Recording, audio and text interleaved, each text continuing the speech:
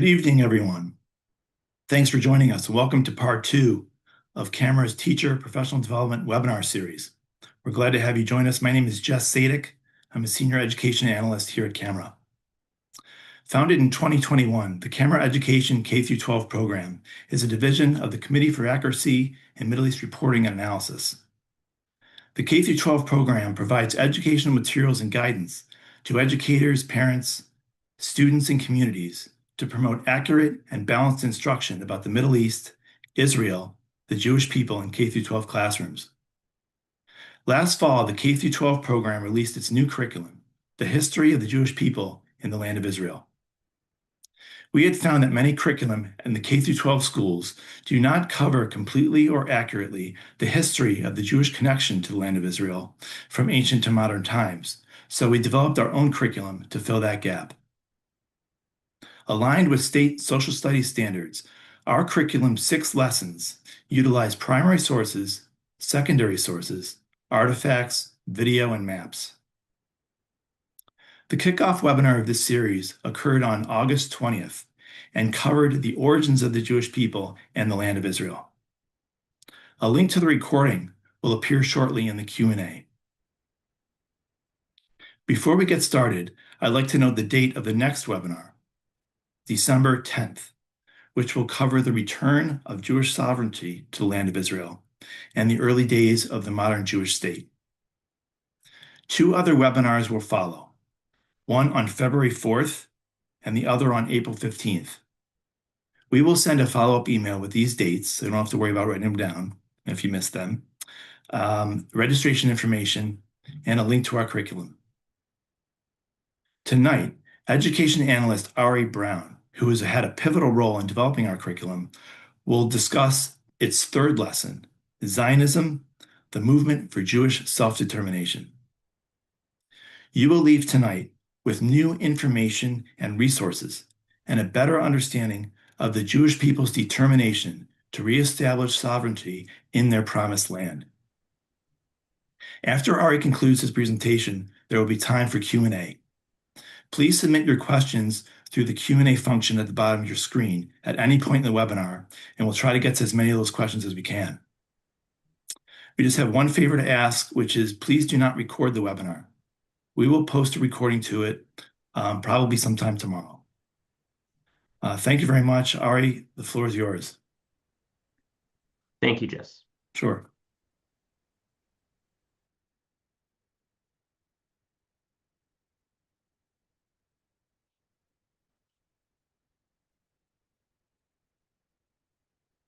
Thank you for joining us for the second webinar on our curriculum, The History of the Jewish People and the Land of Israel. In this webinar, I will be discussing the origins of the modern Zionist movement. This content is covered in Camera's curriculum in the 3rd lesson, Zionism, the Movement for Jewish Self-Determination. Camera's curriculum is available for free on the Camera Education Institute website. The link is in the chat. In this webinar, we will answer the following questions. What is Zionism? From where did it emerge? What challenges did the Zionist movement face? And how did the Zionist movement grow and succeed? In our previous webinar in August, which is available on Camera's YouTube page, the link is also in the chat, we discussed the roots of the Jewish people in ancient history and the origins of their connection to the land of Israel, their homeland. We learned that the Jews are an ethno-religious group that originated in the land of Israel and discussed some of the archaeologically significant discoveries that confirm this, most notably the Merneptah stele, which you can see on the screen. We discussed how the Jewish people maintained this connection despite thousands of years of exile, with Jews throughout history continuing to travel and immigrate to the land and keeping its memory alive in prayers and rituals. In the 19th century, this connection began to develop a political dimension as well. During this period, nationalism, the idea that national groups should have self-determination, swept across Europe. Jews were also influenced by this new ideology and began articulating their own form of nationalism, Zionism. Zionism is the idea that the Jewish people should have self-determination in the land of Israel, their ancestral homeland. Although Zionism as a political movement began in the late 19th century, its roots can be seen much earlier. The land of Israel remained central to Jewish identity throughout history. As I discussed in our previous webinar, Judaism itself kept the land front and center for Jews despite their distance. Jewish liturgy is full of prayers yearning for national redemption, and there are laws that relate to mourning the destruction of the temple. For example, there is a requirement to leave a portion of one's house unfinished as a sign of mourning. Over the centuries, many Jews immigrated to their homeland, and the land remained a religious center for Jews despite its small Jewish community.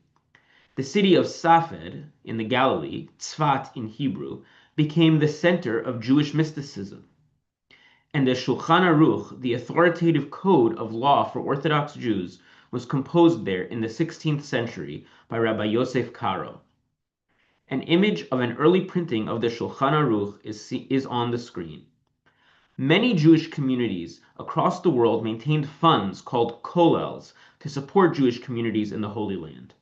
In addition to Safed, there were Jewish communities in Jerusalem, Hebron, and Tiberias. These four cities are considered the holy cities of Jerusalem. During the 18th and early 19th centuries, Jewish immigration increased, and there were a number of prominent aliyot, or immigrations, to the land. While these aliyot were not Zionist in the political sense, they reflected the importance of the land to Jews and set the stage for the Zionist aliyot later in the century. In addition, several prominent rabbis began articulating ideas that prefigured the political movement of Zionism that emerged later in the century. At this time, the Levant, the region in which the land of Israel is located, was under the control of the Ottoman Empire. The territory that would come to comprise the state of Israel was divided between two provinces, the Sanjak of Jerusalem and the Vilayet of Beirut, which were in turn part of the Eyalet of Damascus. The land was a backwater of the empire, was extremely impoverished, and had a relatively low population. Particularly in Europe, the region was referred to as Palestine after the Roman name for the province, although the Ottoman Empire did not use the term. The map on the screen shows the Ottoman political divisions of the land of Israel and the surrounding regions during this time.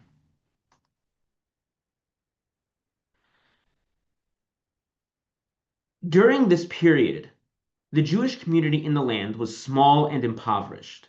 It could be divided into two parts.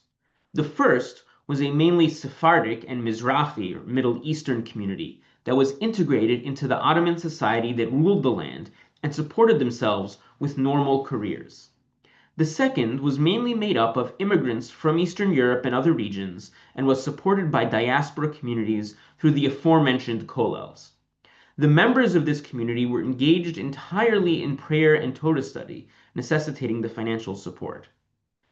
The system they lived by was called the Chalukah system. Chalukah means division in Hebrew. These communities are referred to as the Old Yishuv to differentiate them from the New Yishuv, which came with the Zionist movement. Yishuv means settlement in Hebrew.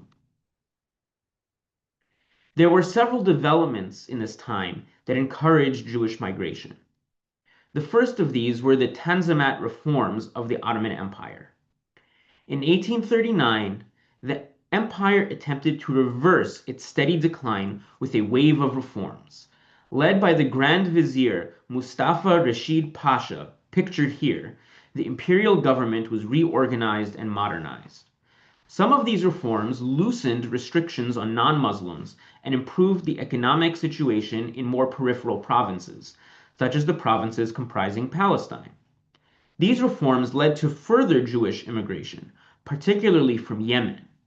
In 1862, an Ethiopian Jewish spiritual leader named Abba Mehari led a group on an attempted aliyah, hoping to reach Jerusalem. However, the journey failed and many perished before reaching the Red Sea.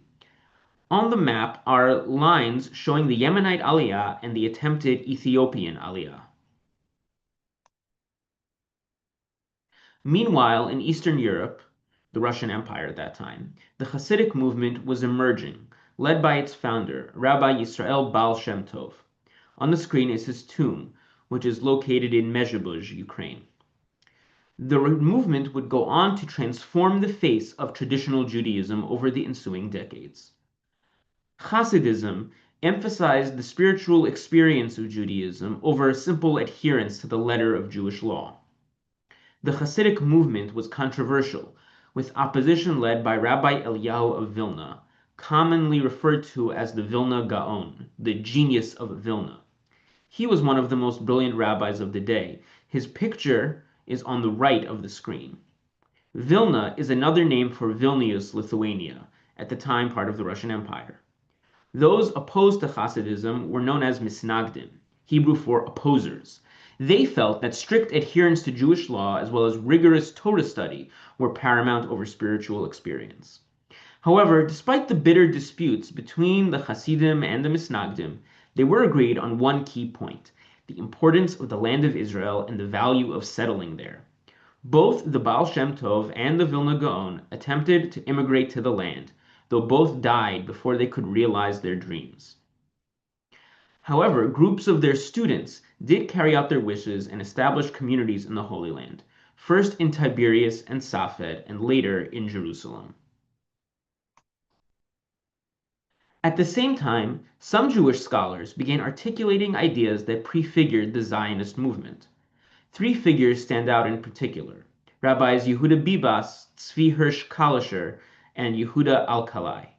These figures are known in Hebrew as the Mevasrei Tzion, the heralds of Zion. Rabbi Yehuda Aryeh Leon Bibas was born in Gibraltar to a prestigious rabbinic family that originated in Tunisia. In 1831, he was appointed the chief rabbi of Corfu, Greece, which had recently won independence from the Ottoman Empire.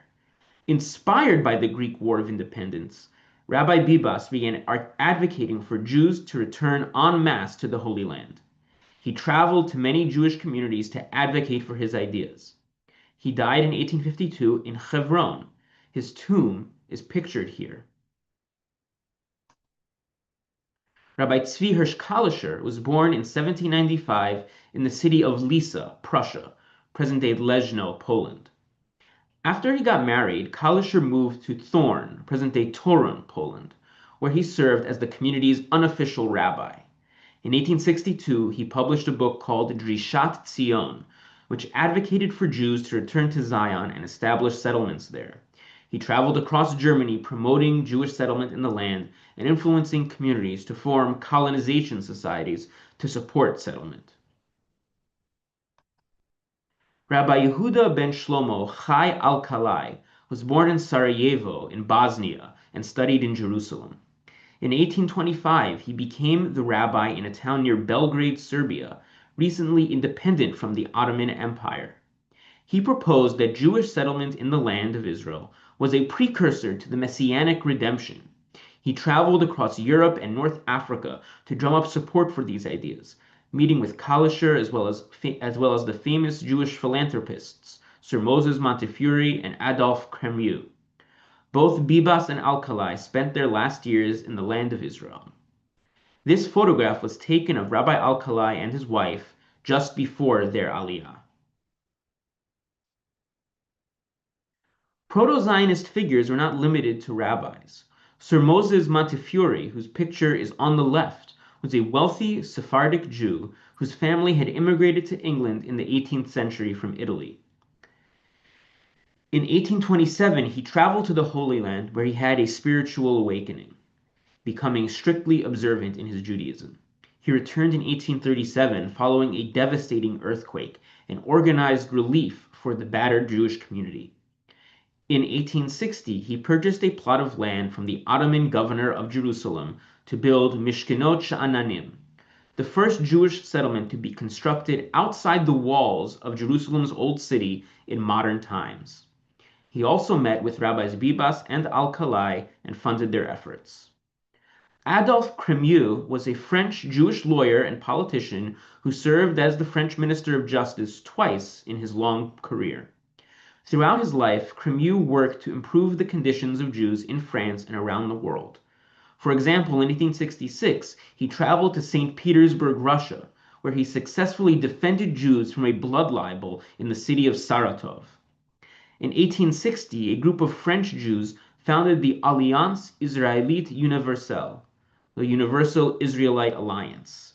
In Hebrew, it was called Kol Yisrael Chavirim, all Jews are brothers, that supported Jewish communities across the world and particularly in Israel. Crémieux, pictured on the right, served as president of the Alliance. The Alliance built Jewish schools in Palestine and throughout the Middle East. Even Benjamin Disraeli, the British Prime Minister, who came from a Jewish family although he converted to Christianity at a young age, expressed proto-Zionist sentiments when visiting Israel as a young adult in 1830. In 1833, he wrote a novel called The Wondrous Tale of Alroy, which envisions an attempt to establish a sovereign Jewish state in the land of Israel by a messianic figure named David Alroy. Edmund Rothschild, of the French branch of the Rothschild family, was also a backer of Jewish settlement in the Holy Land. In 1878, he funded the creation of Petach Tikva, pictured on the right, a new Jewish city in the land of Israel. It was settled by religious Jews from Europe seeking a different model of Jewish life in the land other than Torah study and prayer. On the screen is a picture of Rothschild as well as the great synagogue of Petach Tikva, which was dedicated in memory of his father. A decade later, when the Zionist Aliyot began, drawing more Jews to leave Europe for the Holy Land, more settlements would be founded as well. Petach Tikva has become known as Im HaMoshavot, the mother of the settlements, due to its position as the first one. The first attempt to advance something akin to modern Zionism came from an organization called Chovevei Tzion, the Lovers of Zion. It was founded in response to a wave of pogroms and rising anti-Semitism in the Russian Empire. The Chovevei Tzion advocated for Jews to return to Zion and establish settlements there. It was led by the intellectual Leon Pinsker and Rabbi Shmuel Moliver, the rabbi of Bialystok in Poland. Pinsker was a physician who had started out as a supporter of Jewish cultural assimilation, but his hopes were dashed in 1871 when a pogrom erupted in his hometown of Odessa. A second Odessa pogrom occurred a decade later, when Jews were blamed for the assassination of Tsar Alexander II. Odessa was one of the most liberal cities in the Russian Empire. If Jews could be massacred there, Pinsker reasoned, then assimilation was impossible. In 1882, he published a pamphlet called Auto-Emancipation, arguing that Jews need to emancipate themselves and fight for their national rights. Rabbi Shmuel Moliver studied at the prestigious Volozhin Yeshiva in Lithuania, where he was a member of a proto-Zionist student group. In 1883, he was appointed the rabbi of Bialystok, where he began promoting Zionist ideas, encouraging Jews to move to the newly established Petach Tikva. The organization was divided into chapters based in different cities, each of which operated somewhat independently from one another. In 1884, Pinsker organized a conference of Chovevei Tzion in Katowice in present-day Poland. This was the first meeting of the nascent Zionist movement. The meeting brought together the heads of the various chapters and allowed them to lay out a unified strategy. The attendees agreed to form funds to support Petach Tikva and other agricultural communities being established at that time. The image you see is of the delegates to the conference. Pinsker and Moliver are seated front and center. In the 1890s, Moliver would leave Chovevei Tzion due to rising tensions between the secular and religious factions within the organization. He would found the Mizrahi with other Zionist rabbis, the main religious party in the Zionist movement. Mizrahi, in this context, being an acronym for Merkaz Ruchani, religious center, as the land of Israel is the religious center of the Jewish people. The Zionist movement that ultimately established the land of Israel was founded by Theodor Herzl, an Austro-Hungarian Jewish journalist. Herzl was alarmed by anti-Semitism across Europe and was searching for a way to effectively end the scourge of Jew hatred. At first, Herzl advocated radical assimilation. He envisioned Jewish parents bringing their children to Notre Dame to be baptized as Christians, uniting them with the Christian countries they had settled in. However, he soon realized that this would not be an effective solution.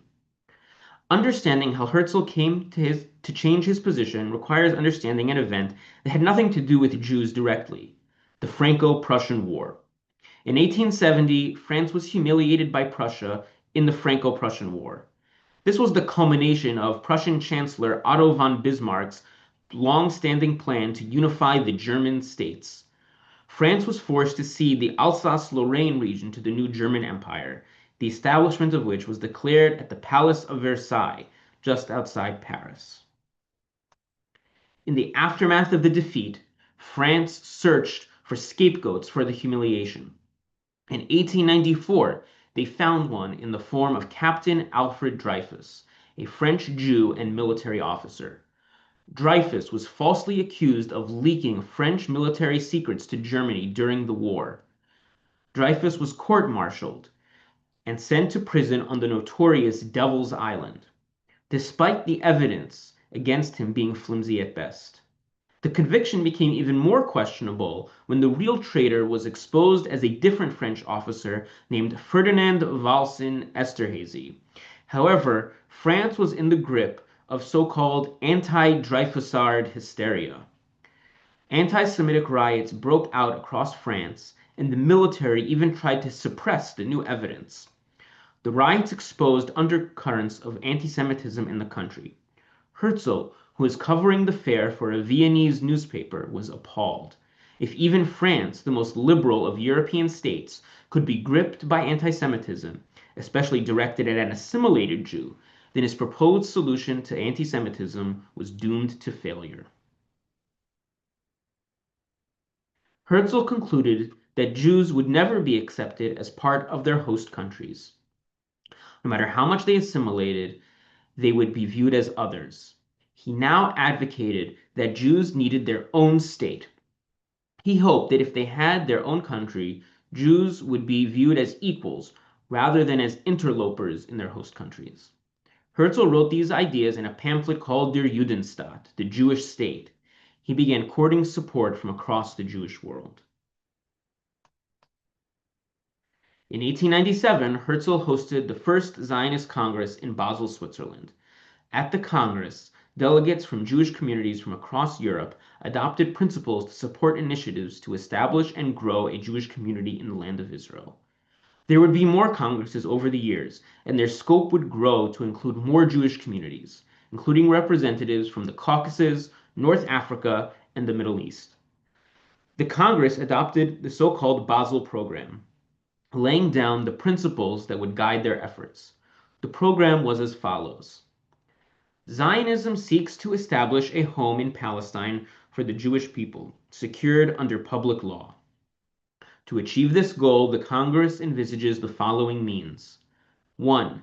The expedient promotion of the settlement of Jewish agriculturalists, artisans, and tradesmen in Palestine. 2. The organization and bringing together of all Jews through local and general events according to the laws of the various countries. 3. The strengthening of Jewish feeling and national consciousness. And 4. Preparatory steps for obtaining the governmental approval which is necessary for the achievement of the Zionist purpose. Then, as now, there was not one form of Zionism. Many Zionists were socialists and hoped to establish the Jewish state along those lines.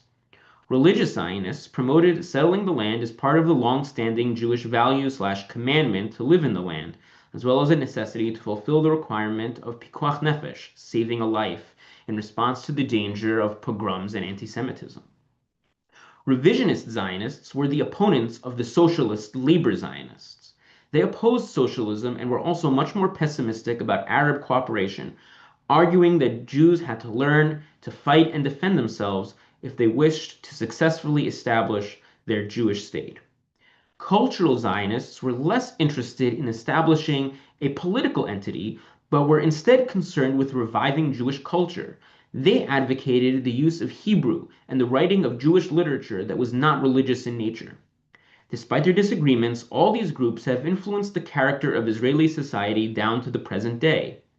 The importance of the Congress was that it brought together the disparate advocates of Zionism and allowed them to speak with one voice. It also laid the groundwork for future conferences, which expanded to include an ever wider swath of Jews. On the screen is a diagram from the lesson that breaks down the most important forms of Zionism. At the same time, and even earlier, Jews had begun immigrating to the land. Unlike the migrations we discussed earlier, the leaders of this new immigration, or Aliyah, were mainly secular Jews inspired by Zionism, who sought to put the ideas of Herzl and other thinkers into practice. The first Zionist Aliyah immigration began in 1881, preceding the first Zionist Congress. This Aliyah was spearheaded by the Chovevei Zion. Its first pioneers were from a group called Bilu, an acronym for Beit Yaakov Lechu V'Nilcha, House of Jacob, Go Forth, a biblical passage. Their manifesto, pictured here, is an important document laying out what drove the Aliyah and the early Zionist pioneers. Most Jewish immigrants, however, were not mainly motivated by Zionism as Bilu and the other Zionist leaders were. Instead, they hoped to escape the anti-Semitism and worsening economic situation for Jews in Eastern Europe. Between 25 and 35,000 Jews arrived in the first Aliyah, and there would be 5 of these Aliyot in total, with the Jewish population of Palestine reaching around 450,000 by the mid-1940s. These pioneers, chalutzim in Hebrew, would establish the major settlements that formed the backbone of the new Yishuv, Tel Aviv foremost amongst them. But establishing a successful settlement that could eventually grow into a sovereign state was no easy task. The Zionist movement faced several challenges on the path to its goal. First, the land that they came to was impoverished, underdeveloped, and barren. Secondly, although the Zionists had hoped to work with Arabs, their goals would quickly collide with the Arab people's own national aspirations and suspicion of the new Jewish immigrants.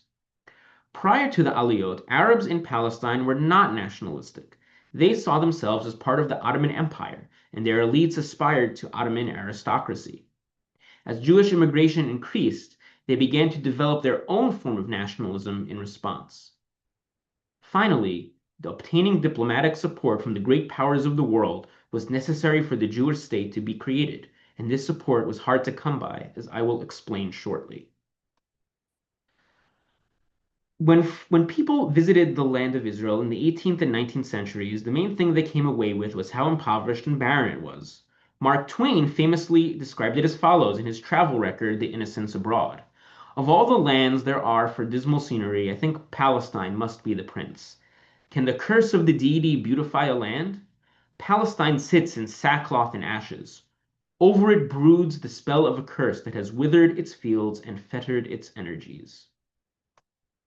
In response, Zionist pioneers built agricultural communes known as kibbutzim to cultivate the land. Many Zionists were influenced by Marx and socialism and hoped to enact his vision through these kibbutzim. The first of these was Degania Aleph, founded in 1909. The picture on the screen shows one of the original buildings of the kibbutz, since updated with air conditioning.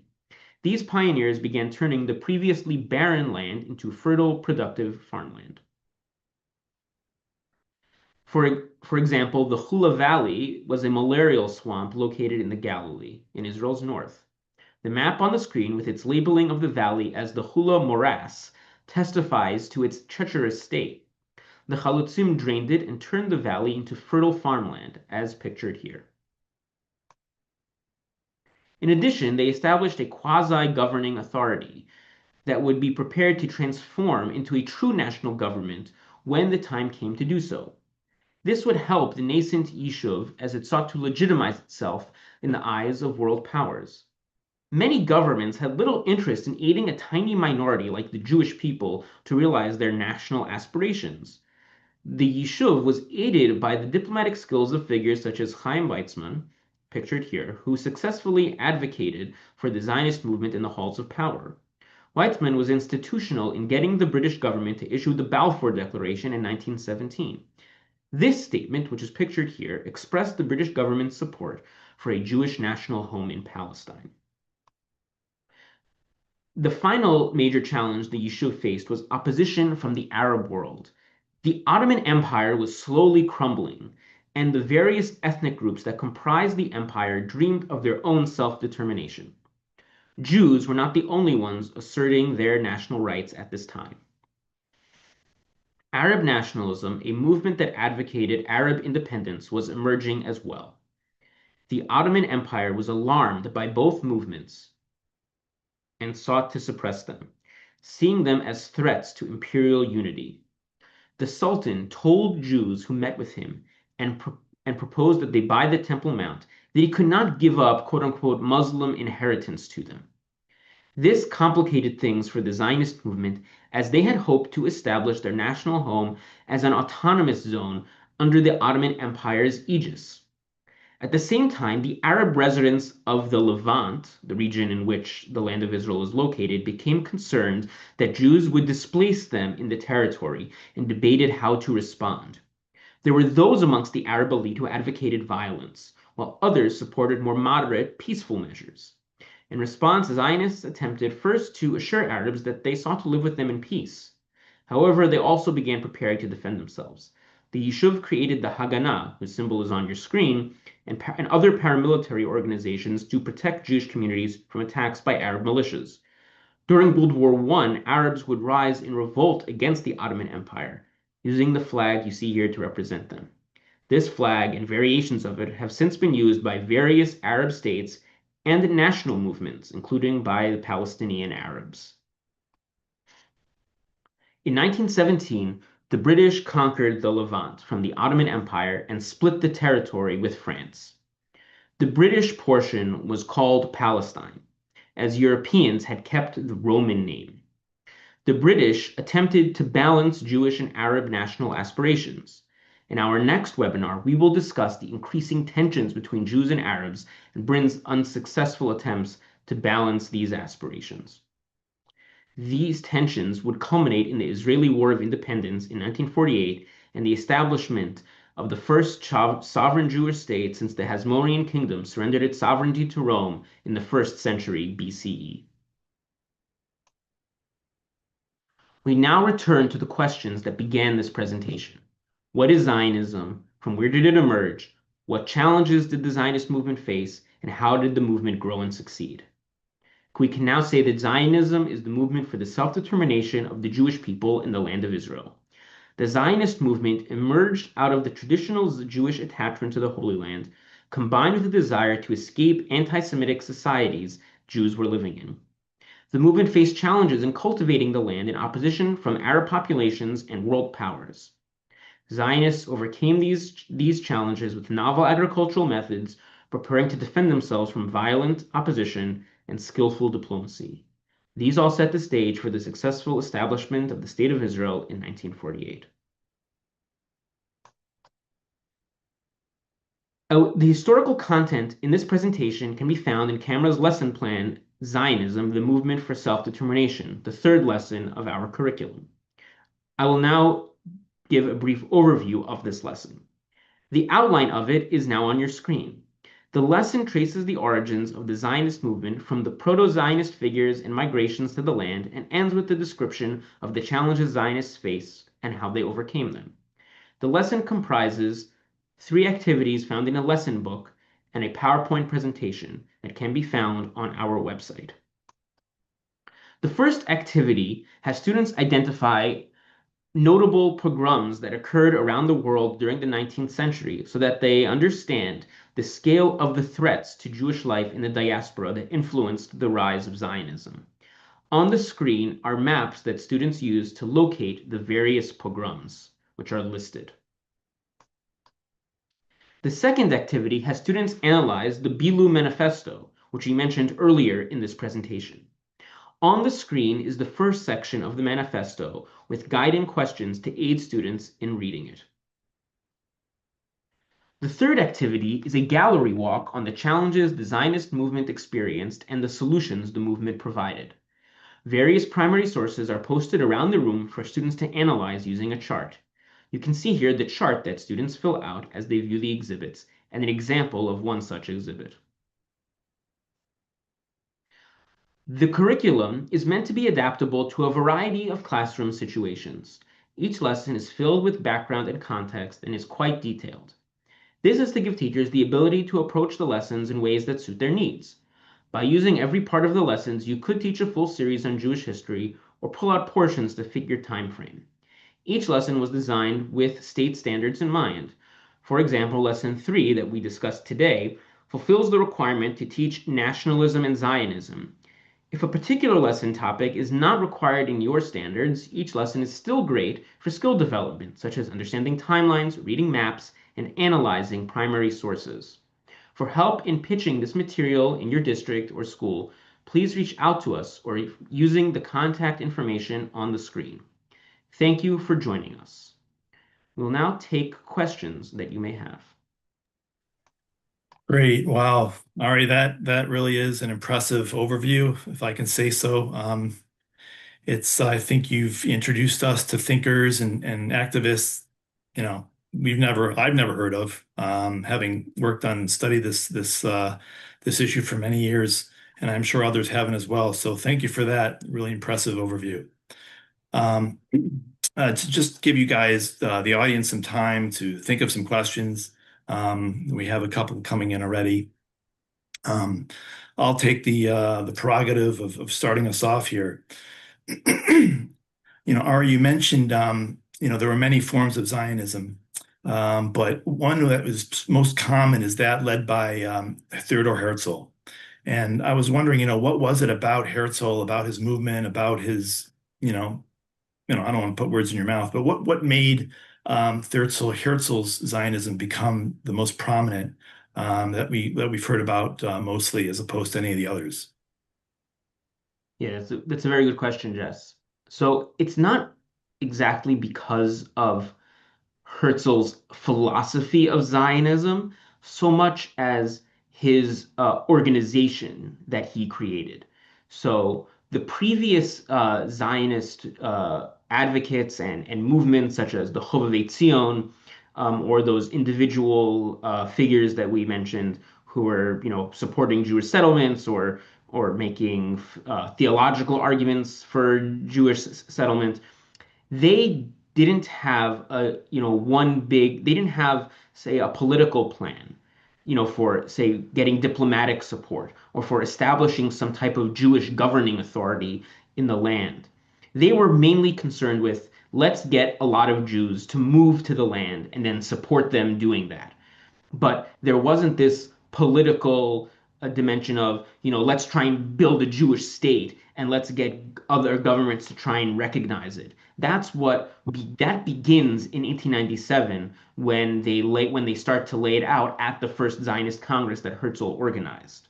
The Chovevei Zion they were only in Russia. They weren't in Western Europe. They weren't in, the Ottoman Empire in the Middle East or in North Africa or in other Jewish communities around the world. They were purely in Europe, in one country, a very big country, but one country in Europe. So ultimately, it was Herzl that, number one, created this universal movement that all Jews who were expressing Zionist ideas work together, and B, he actually started building the infrastructure of diplomacy and building the state institutions that would be necessary to make a Jewish state successful. Thanks. Also, when you were talking about Arab nationalism, I was wondering, and you did mention there were aspects of Arab nationalism that emerged that were, you know, more in favor of a violent opposition to the Jewish presence, and others that were not. And I was wondering if you could say a little bit more about those that were not. I mean, what was the community, the population, the movement like that supported a more conciliatory, coexistence approach to the Jewish the community that was there, and as opposed to the others that wanted to settle differences another way. Yeah, that's a very good question. And I'll say this, I'm going to go into this in much more detail in the next webinar. So stay tuned Okay. for that. Sign up for the next webinar. But I'll say briefly here that yes, there were those Arab leaders who thought that there could be an accommodation with Zionism. Maybe the most famous of this is that Emir Faisal, who was the leader of the Arab revolt during World War One against the Ottomans.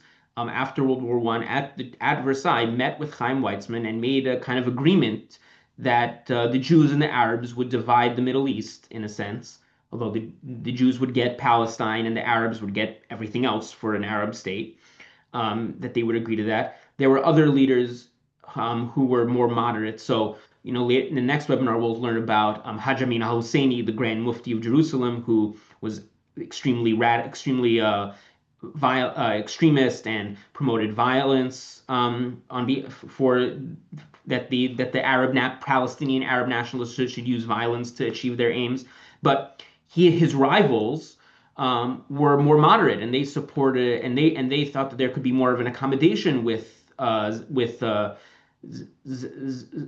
Zionism. And there's something of a tragedy that it was Yeah. Husseini who was the one that won out. Yeah. Thanks for that. Um, we do have a couple of questions coming in. I just wanted to, I had another one that's sort of burning desire to ask. I noticed today in the news that the Knesset, the Israeli parliament, took preliminary votes on the extension of Israeli sovereignty over Jewish communities in Judea and Samaria, the West Bank. And it got me thinking about the early Zionist pioneers and how, if at all, they envisioned the geographic area or the geographic definition of the Jewish state that they aimed to create. I mean, can you talk a little bit about that? I mean, did they get that far to think about the space itself and what sort of disagreement was there over Yeah. that idea? Yeah. So that's actually a very interesting question. The early Zionist figures, when they didn't necessarily think about specific borders. Now I'll say that, for example, on a religious level, a lot of these religious Zionists would have had in mind maybe the biblical boundaries. In the Talmud, there's a discussion about the land as conquered by Joshua versus the land as settled by Ezra when the Jews returned to build the second temple, and the different boundaries in those lands, and that can have in Jewish law certain implications. In terms of what is considered the land of Israel and what is not, and religious Zionist figures would have thought in those terms. But in terms of just the political movement of Zionism, they would have thought in terms of the general boundaries of what is traditionally considered the land of Israel. Now, once the British Mandate is formed, the Britain takes over, it begins to be thought of in a much more concrete sense of the borders of the British Mandate. And we'll discuss in the next webinar of a kind of something of a dispute that in the Zionist movement that develops when the British actually um, take away part of a large portion of the mandate to create Transjordan. On the east bank of the Jordan River, which was originally part of the mandate, but was then created this other Arab state for the Hashemite dynasty to rule. And revisionist Zionists, led by Vladimir Zev Jabotinsky, he's gonna argue that this is that the British are now reneging on the promise that they've made in the Balfour Declaration, and that we should be getting both sides of the Jordan River because that was all part of the mandate of Palestine, which was what was promised to us in the Balfour Declaration. So and other Zionist leaders who will say no, let's focus on the West Bank and let's be accommodationist to the British to what the British are putting before us. Mhm. Thank you, Ari. Okay, so let's go to some of the questions that we have coming in, and please feel free, everyone, to continue to ask your questions, and we'll try to get to them.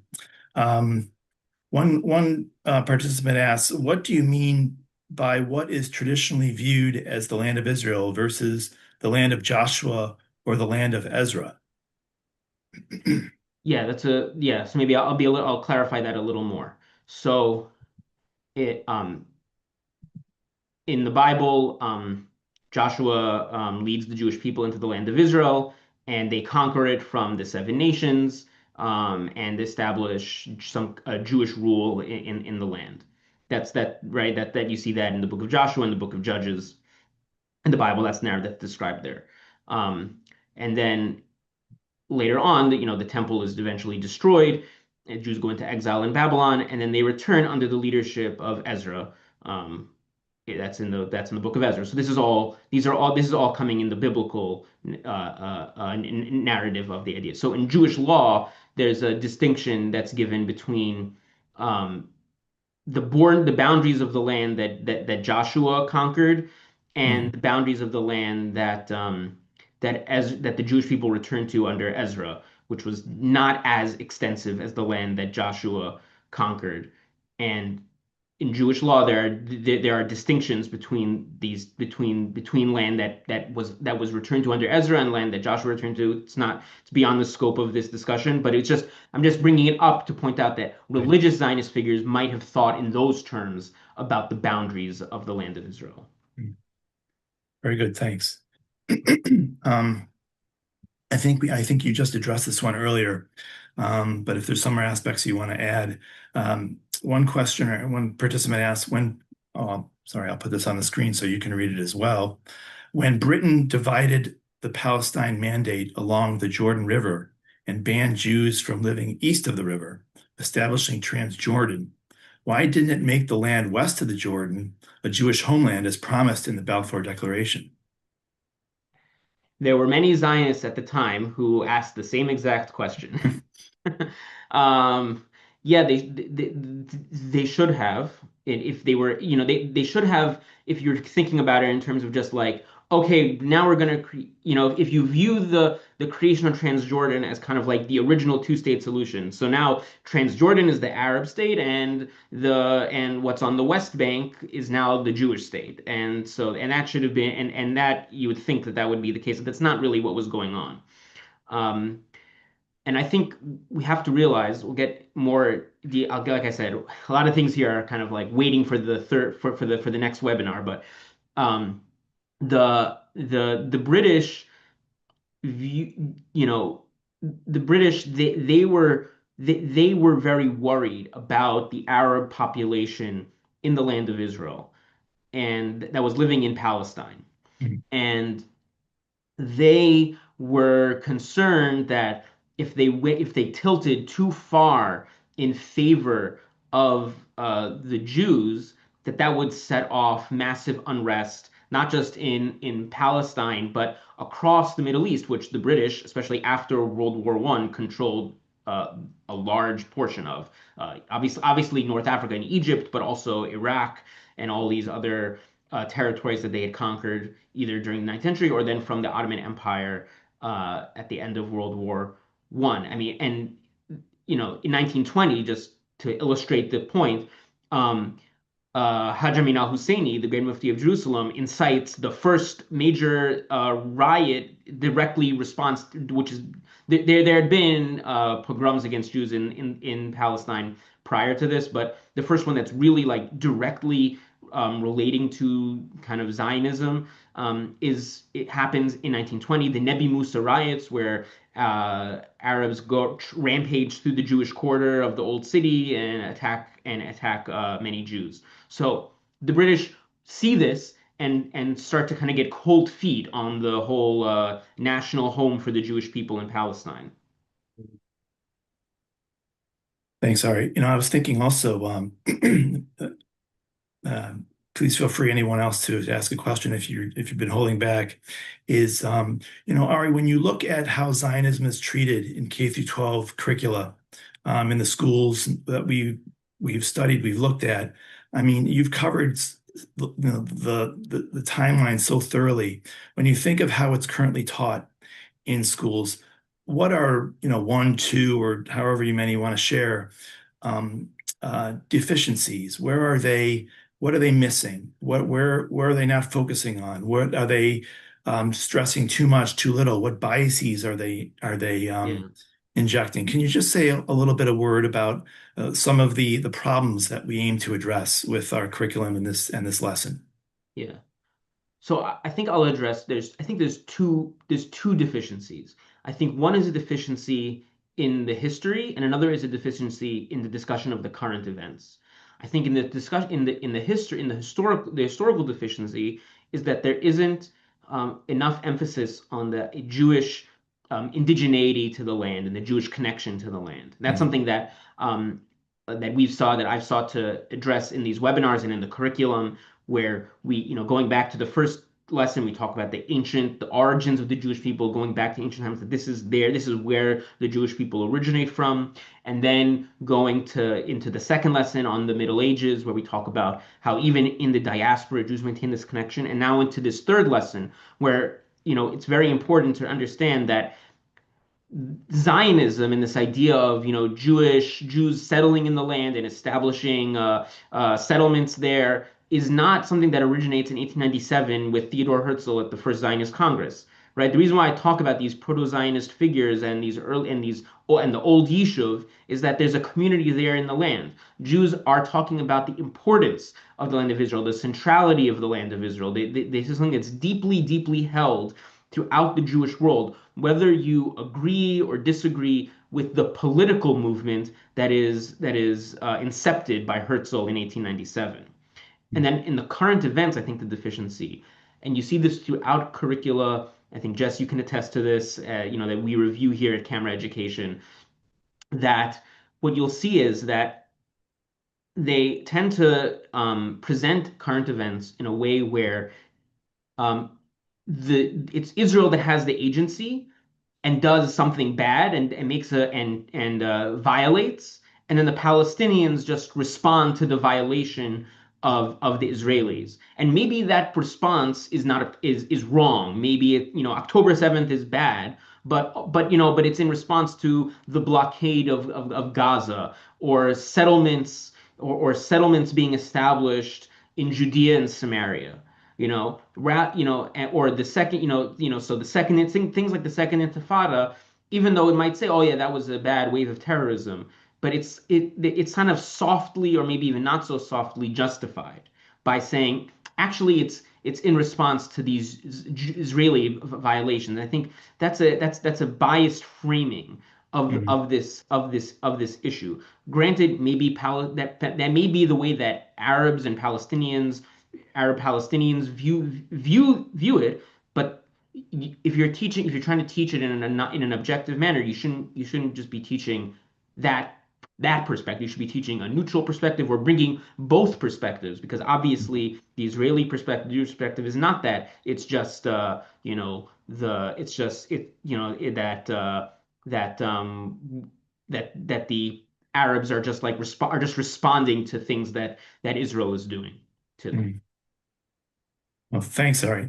I mean, I want to thank you for the research you've done, the presentation, all the work you put into it. I'm sure that others shared, and I've seen some comments come in already that they're very grateful for the presentation. So I want to thank you again. I want to thank everyone who's joined us today and remind you to you can open up the Q&A. You'll see there's a link to the curriculum. It's free. Feel free to create an account and peruse the curriculum and share it with others. And also join us, mark your calendars, December 10th. All right, we've come back, and we'll talk more about the establishment of the Jewish state and its early days. And I think we have a graphic we'll put up there with um, uh, a QR code that you can use to RSVP for that webinar on December 10th. But also the direct link is in the Q&A, and you can access it that way as well. So thank you, everybody. Reach out to us if you have any feedback or any questions, schools@camera.org. And we'll see you on December 10th.